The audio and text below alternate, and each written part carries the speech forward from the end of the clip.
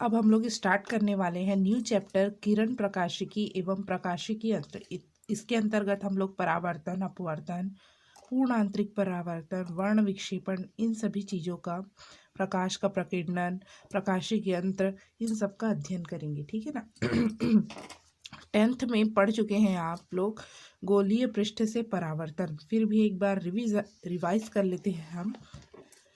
प्रकाश का परावर्तन, reflection of light, सभी को पता है जब कोई प्रकाश किरण एक समांगी माध्यम से चलकर किसी चमकदार पृष्ठ पर आपतित होती है तो वह चमकदार पृष्ठ से टकराकर उसी माध्यम में वापस लौट जाती है। इस घटना को प्रकाश का परावर्तन कहते हैं। ध्यान दीजिए इस डायग्राम में सभी। यहाँ देखो ये एक पृष्ठ है जो चमकदार पृष्ठ है, यहाँ से किरण आपतित हो रही है इस समतल पृष्ठ पर, और परावर्तन के पश्चात देखो इस प्रकार से ये एक माध्यम है और उसी माध्यम में पुनः वापस लौट जा रही है। ठीक है ना। ये अभिलंब है। ठीक है। और ये क्या कहलाता है? आई आपतन कोण, और आर क्या कहलाता है? परावर्तन कोण। ठीक है। और ये जो पॉइंट है वो आपतन बिंदु कहलाता है। ठीक है। क्या कहलाता है? आपतन बिंदु। प्रकाश किरण आपतित हुई तो प्रकाश किरण आपतित हुई परावर्ती पृष्ठ में। ठीक है। और उसी माध्यम में पुनः लौट गई परावर्तन के पश्चात। ठीक है। तो ये क्या कहलाता है? प्रकाश का परावर्तन। ठीक है। और ये पॉइंट जहाँ प्रकाश किरण आपतित हुई वो आपतन बिंदु कहलाया, और आपतन बिंदु से और समतल पृष्ठ के लंबवत एक लंब खींचेंगे उसे कहते हैं अभिलंब। ठीक है। परावर्तन के नियम भी हम जानते हैं क्या होता है। तो परावर्तन के दो नियम है हमारे पास। आपतन कोण, परावर्तन कोण सदैव बराबर होता है। आपतन कोण ये जो मिला था हमको आई और आर, ये दोनों क्या होते हैं? सदैव बराबर होते हैं। आपतित किरण, परावर्तित किरण और परावर्तन पृष्ठ के आपतन बिंदु पर अभिलंब सदैव एक ही तल में होते हैं। हम लोगों ने देखा था ये अभिलंब या आपतन किरण, आपतित किरण, परावर्तित किरण, अभिलंब और आपतन बिंदु सभी क्या है? एक ही तल में तो स्थित है ना। ठीक है। बस दो नियम है परावर्तन के। परावर्तन के प्रकार देखते हैं, टाइप्स ऑफ रिफ्लेक्शन। नियमित परावर्तन और अनियमित परावर्तन, ये पृष्ठ पर निर्भर करता है। तो जब प्रकाश की किरणें किसी चमकदार पृष्ठ पर आपतित होती है तो एक निश्चित दिशा में परावर्तित हो जाती है।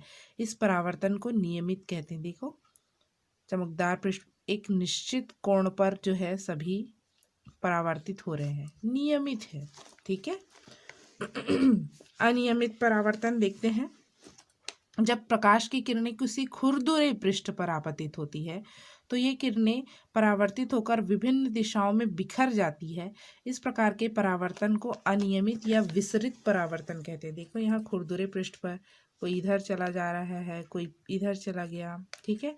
बिखर गई तो ये कहलाता है क्या? अनियमित परावर्तन। दर्पण, अब पढ़ते हैं दर्पण। सभी आप लोग जानते हैं दर्पण का यूज तो सभी करते हैं। मिरर, उस युक्ति को दर्पण कहते हैं जो अपने पर आपतित लगभग संपूर्ण प्रकाश को नियमित रूप से परावर्तित कर देती है। एक चमकदार पृष्ठ रहता है, उसमें जो है प्रकाश किरण टकराकर संपूर्ण सब जो प्रकाश किरण है उनको परावर्तित कर देती है। ठीक है। जो कांच रहता है उसके पीछे जो है, दर्पण में देखे होंगे पीछे की ओर क्या लगा रहता है? टीन व कुछ लिपाई पुताई हुई रहती है। तो वो किस चीज का? यौगिक का लेप है। तो टीन व मरकरी के यौगिकों का लेप करके दर्पण बनाया जाता है। दर्पण तीन प्रकार के होते हैं, समतल दर्पण, गोलीय दर्पण। पहले इनको देख लेते हैं। इसका परावर्ती पृष्ठ समतल होता है। समतल मतलब जिसका पृष्ठ क्या हो? समतल हो। गोलीय दर्पण जिसका पृष्ठ क्या हो? गोलीय हो। ठीक है। नेक्स्ट है परवलयाकार दर्पण, पैराबोलिक मिरर। इसका परावर्ती पृष्ठ परवलयाकार होता है। ठीक है ना। अब देखते हैं ये समतल दर्पण, ये गोलीय दर्पण, ये परवलयाकार दर्पण। प्रतिबिंब, इमेज क्या होता है ये समझते हैं हम।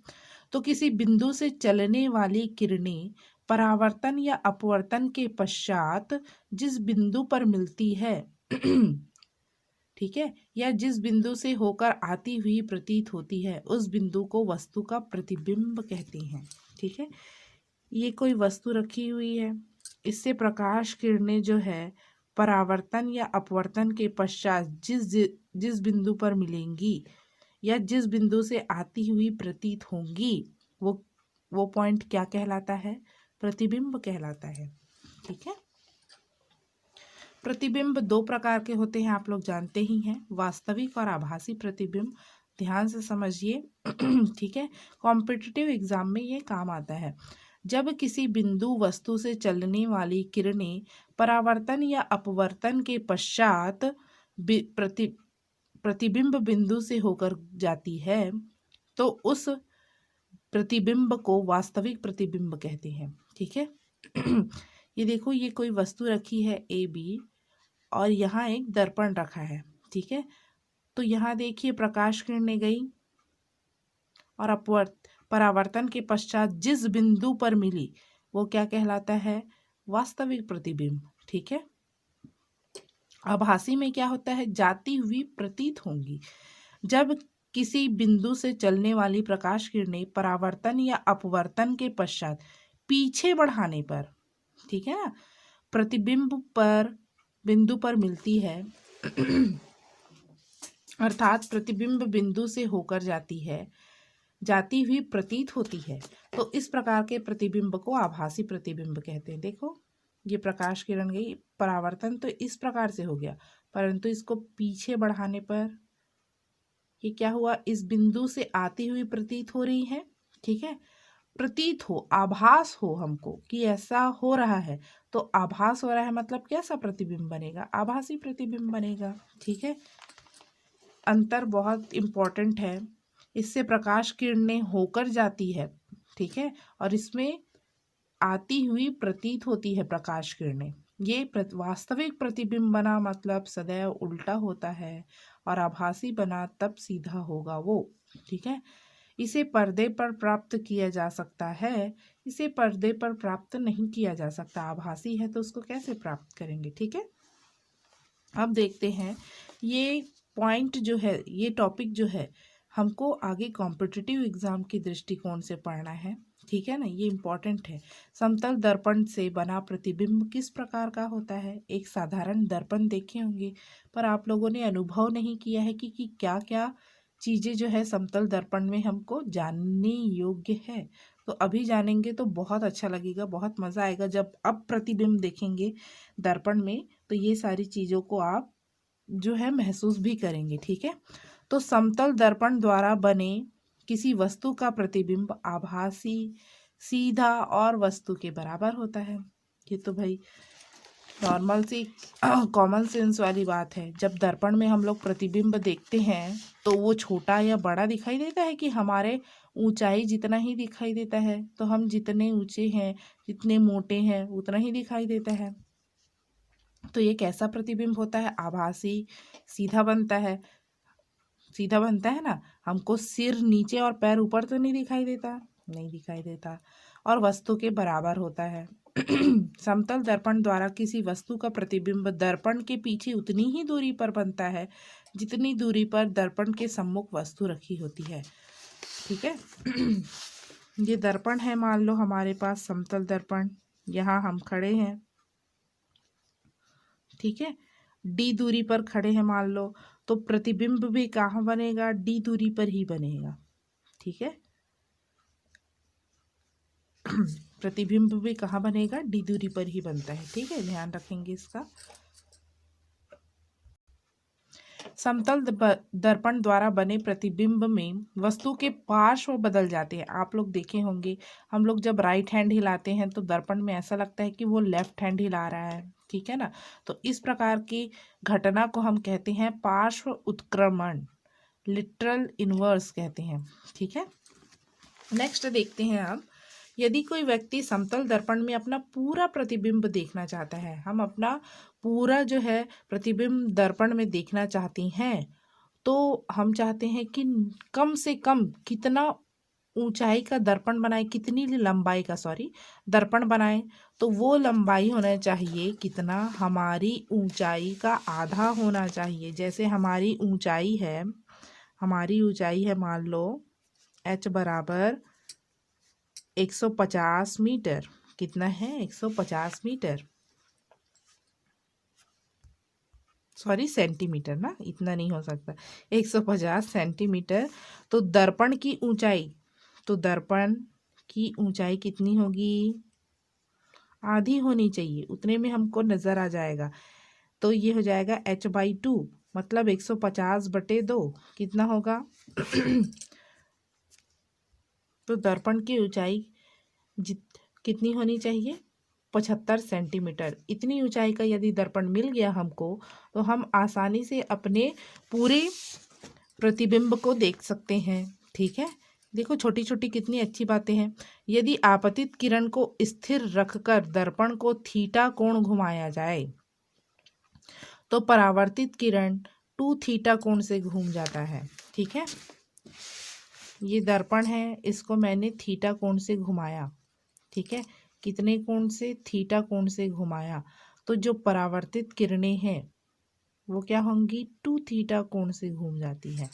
ये आपतित हो रही है किरणें, तो ये 2θ कोण से घूम जाएगी परावर्तित किरणें। यदि एक व्यक्ति कमरे के बीचों बीच खड़ा है, इमेजिन कीजिए, यदि वह पीछे की दीवार का पूर्ण प्रतिबिंब सामने की दीवार में लगे दर्पण में देखना चाहता है, समतल दर्पण में देखना चाहता है, तो उस दर्पण का न्यूनतम आकार कितना होना चाहिए? पीछे की दीवार का पूरा प्रतिबिंब हमको देखना है, तो 1/3 होना चाहिए। दीवार के आकार का कितना होना चाहिए? 1/3 होना चाहिए। ठीक है, अब देखते हैं, यदि दो दर्पण एक दूसरे से कुछ कोण बनाते हुए रखे हों तो कितने प्रतिबिंब बनेंगे? तो हमको 3 कंडीशन ध्यान देना है। पहला कंडीशन है, ध्यान दीजिएगा, ये दो समतल दर्पण हैं जो एक दूसरे से कितने अंश का कोण? 60 अंश का कोण बनाते हुए रखे गए हैं। ठीक है ना, तो हमको निकालना है यहाँ 360/θ। क्या निकालना है? 360/θ। थीटा मतलब दोनों दर्पण कितने अंश के कोण पर रखे गए हैं, तो 60 अंश। थीटा का मान यहाँ 60 अंश हो जाएगा। कटाए तो कितना आया? 6 मतलब क्या है? वो सम संख्या है, तो हम 1 माइनस कर देंगे, क्योंकि जितना भी प्रतिबिंब बनेगा वो विषम संख्या में होगा। तो हमने क्या किया? सम संख्या आया 360/θ रखने से, तो सम आया तो 1 माइनस कर देंगे, ये ध्यान रखेंगे। तो 5 प्रतिबिंब बनेगा। सेकंड देखते हैं। ये एक दूसरे से 40 अंश के कोण पर रखे हैं, तो पुनः 360/θ निकालते हैं, तो 360/θ का मान कितना हो जाएगा? 40। तो कितना आया? 9। घटाने से 9 आया, मतलब ये विषम संख्या है, एक घटाने की जरूरत नहीं है, तो 9 प्रतिबिंब बनेंगे। ठीक है। एक कंडीशन और है, अभी तो वस्तु कहीं भी रखी हो सकती है। यदि वस्तु को हमको डिफाइंड करके दिया जाए कि समद्विभाजक, ये कोण जो बन रहा है ना उसको समान भागों में विभाजित कर रहा है, समद्विभाजक, वहां पर यदि वस्तु रखी है तब क्या होगा? अभी भी कोण 40 अंश बन रहा है, आया कटाने से 9 विषम संख्या। परंतु यदि वस्तु समद्विभाजक में रखा है तो हम उसमें 1 माइनस करेंगे, तो कितना आएगा? 9 - 1 8 प्रतिबिंब, 8 प्रतिबिंब। ठीक है, तो ये थर्ड कंडीशन याद रखना, समद्विभाजक वाला। और यदि विषम संख्या आया तो 1 नहीं घटाना है, कहीं भी यदि वस्तु रखी है, और सम संख्या आया तो 1 घटा देना है। ठीक है, बहुत ही आसान है। जब दो दर्पण परस्पर समांतर रखे होंगे तो प्रतिबिंबों की संख्या क्या होगी?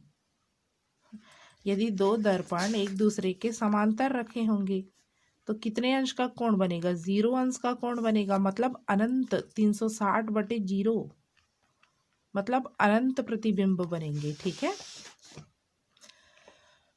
समतल दर्पण पर लंबवत आपतित होने वाला प्रकाश परावर्तन के पश्चात उसी दिशा में वापस लौट जाता है। ये दर्पण है, इस प्रकार से लंबवत आपतित हुआ तो ये कितने अंश का कोण बनाएगा? उसी दिशा में। ये मान लो जीरो अंश का कोण बना रहा है आपतन कोण, तो परावर्तन भी कोण भी उतने अंश का, जीरो अंश का कोण ही बनाएगा ना, क्योंकि आपतन कोण और परावर्तन कोण दोनों बराबर होते हैं। ठीक है। सॉरी। यदि वस्तु और समतल दर्पण दोनों एक दूसरे से d दूरी से हटते हैं तो प्रतिबिंब प्रेक्षक से 3d दूरी से हट जाता है। ठीक है। ये है दर्पण, ये पीछे जा रहा है, ये है कोई व्यक्ति, ये भी पीछे जा रहा है, d दूरी से ये, d दूरी से ये, तो प्रतिबिंब जो है वो कितना दूरी से पीछे हटता है, 3d दूरी से पीछे, 3 गुनी दूरी से पीछे हट जाता है। ठीक है। परावर्तन के पश्चात किरण का विचलन डेल इज इक्वल टू इस प्रकार से होता है 180। इसको ध्यान देने की उतनी ज़रूरत नहीं है। यदि वस्तु स्थिर है तथा समतल दर्पण को d दूरी तक चलाया जाता है। अब क्या है, वस्तु स्थिर है, ठीक है, और समतल दर्पण को हमने क्या किया, d दूरी से चलाया, पीछे कर रहे हैं d दूरी से, तो प्रतिबिंब कितनी दूरी से चलेगा, 2d दूरी से। कितनी दूरी से, दुगनी दूरी से पीछे हटेगा दर्पण को यदि खिसकाए। और यदि दर्पण स्थिर है दर्पण स्थिर है और व्यक्ति जो है वो पीछे की ओर जा रहा है d दूरी से, तो प्रतिबिंब भी d दूरी से जाएगा। जितना व्यक्ति खिसकेगा उतना प्रतिबिंब खिसकेगा। ठीक है। तो इन सारी चीज़ों को हमको ध्यान रखना है। नेक्स्ट आ जाते हैं अब गोलीय दर्पण। तो अवतल दर्पण और उत्तल दर्पण से आप सभी जो है पढ़ चुके हैं 10th क्लास में। कॉनकेव मिरर अवतल दर्पण, अवतल मतलब जो दबा हुआ हो पृष्ठ जिसका, ठीक है, तो ये अवतल दर्पण होता है। उत्तल दर्पण जिसका पृष्ठ उभरा हुआ हो। ये दर्पण है ना, इसका पीछे जो है लेप लगा हुआ है यौगिकों का, मरकरी और टीन। ठीक है। तो इस प्रकार से बनाएंगे। इस दर्पण से रिलेटेड कुछ परिभाषाएं हैं। पहला है ध्रुव। पोल क्या होता है तो गोलीय दर्पण के परावर्ती पृष्ठ के मध्य बिंदु को गोलीय दर्पण का ध्रुव कहते हैं। ध्यान दीजिए, यहाँ ये मध्य बिंदु है इस गोलीय दर्पण का, तो ये क्या होगा, पोल। ये भी है मध्य बिंदु। वक्रता केंद्र, तो देखिए ये गोलीय दर्पण एक गोले का ही भाग है क्या, इसको ऐसे करेंगे तो ये पूरा हो जाएगा। तो इस गोलीय दर्पण जिस गोले का भाग है उसके केंद्र को वक्रता केंद्र कहते हैं। ठीक है। वक्रता त्रिज्या क्या होगा, तो केंद्र से ध्रुव को मिलाने वाली रेखा ही क्या होगी, वक्रता त्रिज्या होगी। त्रिज्या मतलब समझते हैं ना, गोलीय दर्पण जिस गोले का भाग है उसकी त्रिज्या को, अब गोला है मतलब त्रिज्या तो होगी उसकी, तो उस त्रिज्या को ही हम क्या कहते हैं, वक्रता त्रिज्या कहते हैं। वक्रता केंद्र को C से प्रदर्शित करते हैं, पोल को P से, और वक्रता त्रिज्या को R से प्रदर्शित करते हैं। ठीक है। मुख्य अक्ष, दर्पण के ध्रुव और वक्रता केंद्र से होकर जाने वाली रेखा को दर्पण का मुख्य अक्ष कहते हैं। ये हो गया दर्पण, ये हो गया पोल, और ये हो गया वक्रता केंद्र। तो इसको, इस बिंदु से होकर जाने वाली रेखा को ही क्या कहते हैं, मुख्य अक्ष। ठीक है। अब देखते हैं द्वारक, एपरेचर क्या होता है। तो ये गोलीय दर्पण है, ठीक है, उसके इस पॉइंट को और लास्ट वाले पॉइंट को मिलाने वाली रेखा ही या दूरी ही क्या कहलाती है, द्वारक कहलाती है। तो गोलीय दर्पण की वृत्तीय नेमी के व्यास को, ठीक है, दर्पण का द्वारक कहते हैं। द्वारक गोलीय दर्पण के दोनों सिरों, ये दोनों सिरों के बिंदुओं को मिलाने वाली सबसे बड़ी रेखा की लंबाई होती है। ठीक है।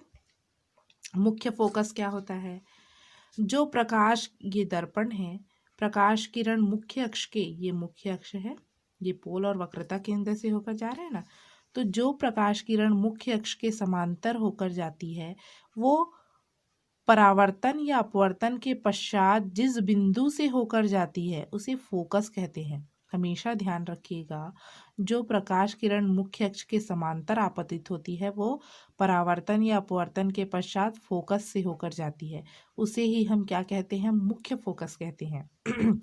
अब ये तो हो गया अवतल दर्पण के लिए। उत्तल दर्पण में क्या होगा, जो प्रकाश किरण मुख्य अक्ष के समांतर आती है वो फोकस से होकर जाती हुई प्रतीत होती है। इधर आएगा ना इसका फोकस, वक्रता केंद्र इधर है, तो इसको डैश डैश, दर्पण के उस पार है इसलिए डैश डैश, मतलब आती हुई जाती हुई प्रतीत हो रही है।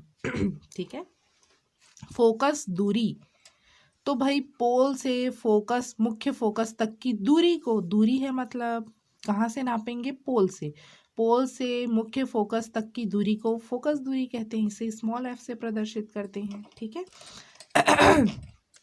फोकस तल, ये एक काल्पनिक तल है, ठीक है, जो हम कहाँ मानते हैं, मुख्य फोकस, ठीक है, फोकस से होकर जाता हुआ मानते हैं। ये देखो फोकस है, तो हम यहाँ एक काल्पनिक तल का इमेजिनेशन करते हैं। ठीक है, ये एक काल्पनिक तल है जिसे हम क्या कहते हैं, फोकस तल कहते हैं। क्या कहते हैं, फोकस तल, जो फोकस से होकर जाता है। कहाँ से होकर, फोकस से होकर जाता है। ठीक है।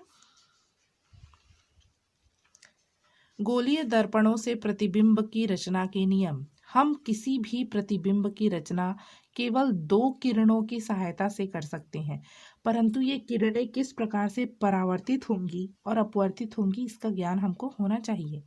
तो ये तो देख ही चुके हैं, जो मुख्य अक्ष के समांतर आपतित होती है वो परावर्तन के पश्चात मुख्य फोकस से होकर जाती है या आती हुई प्रतीत होती है। देखो, मुख्य अक्ष के समांतर गई, फोकस से होकर गई या जाती हुई प्रतीत हुई। ठीक है। दूसरा है कभी भी जब आप लोग प्रतिबिंब बनाएंगे तो इस बात का ध्यान रखेंगे, जो वक्रता केंद्र से होकर जाती है पुनः उसी दिशा में वापस लौट आती है या जाती है, तो उसी वक्रता केंद्र से आती हुई प्रतीत होती है। ठीक है। जो किरण फोकस से होकर जाती है वो परावर्तन या अपवर्तन के पश्चात मुख्य अक्ष के समांतर हो जाती है। ठीक है। तो ये देखो, जो प्रकाश किरण फोकस से होकर जा रही है वो मुख्य अक्ष के समांतर, ये दोनों, पहला और ये तीसरा नियम एक जैसा है। कैसे, जो मुख्य अक्ष से जाएगी वो फोकस से होकर जाएगी, और जो फोकस से होकर जाएगी वो मुख्य अक्ष के समांतर चली जाएगी। ठीक है। जो किरण ध्रुव पर किसी भी कोण पर आपतित होती है, परावर्तित किरण अपरावर्तन के नियमों का पालन करती है। जिस कोई प्रकाश किरण कहाँ से जा रही है, पोल से होकर, यहाँ कितना कोण बनाया, आई कोण, तो परावर्तन के पश्चात वो आर कोण, मान लो यहाँ कितना कोण बना, 30 अंश का, तो ये 30 अंश का कोण बनाते हुए आप परावर्तित होंगी, परावर्तन के नियमों का पालन करते हुए। ठीक है ना। और आपतन कोण परावर्तन कोण दोनों बराबर होते हैं। ठीक है। तो इस प्रकार से हमको प्रतिबिंब की रचना करनी है। अब देख लेते हैं हम अवतल दर्पण में कैसे प्रतिबिंब बनेंगे। तो वस्तु अनंत पर हो, वस्तु देखो अनंत पर, यहाँ वस्तु नहीं बनाए हैं, तो वस्तु का प्रतिबिंब फोकस पर बनेगा। ठीक है। बिंदु के आकार का बनेगा, उल्टा और वास्तविक बनेगा। ठीक है। अवतल दर्पण में मैक्सिमम जो है हमको वास्तविक, और वास्तविक बन रहा है मतलब वो क्या होगा जी, उल्टा होगा, ध्यान रखना। वस्तु और वक्रता केंद्र के बीच, और वस्तु और अनंत और वक्रता केंद्र के बीच ला दिए, तब कहाँ बनेगा, फोकस से पीछे आते जाएगा। ठीक है ना। तो फोकस व वक्रता केंद्र के बीच वस्तु से छोटा, उल्टा और वास्तविक, उल्टा और वास्तविक तो बनेगा ही, वस्तु वक्रता केंद्र पर हो।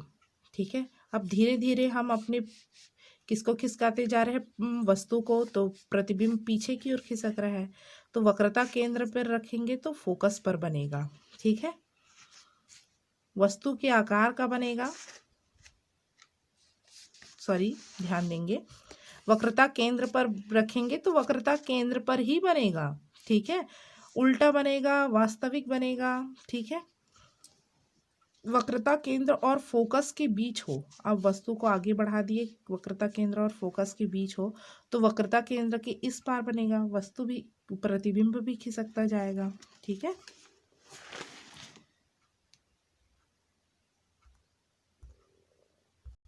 वक्रता केंद्र और फोकस पर रखेंगे तो अनंत और वक्रता केंद्र के बीच बनेगा, वस्तु से बड़ा, उल्टा और वास्तविक बनेगा। ठीक है। और फोकस पर रखेंगे तो अनंत पर बनेगा, अनंत पर रखते हैं तो फोकस पर बनता है, तो फोकस पर रखेंगे तो कहाँ बनेगा, अनंत पर बनेगा।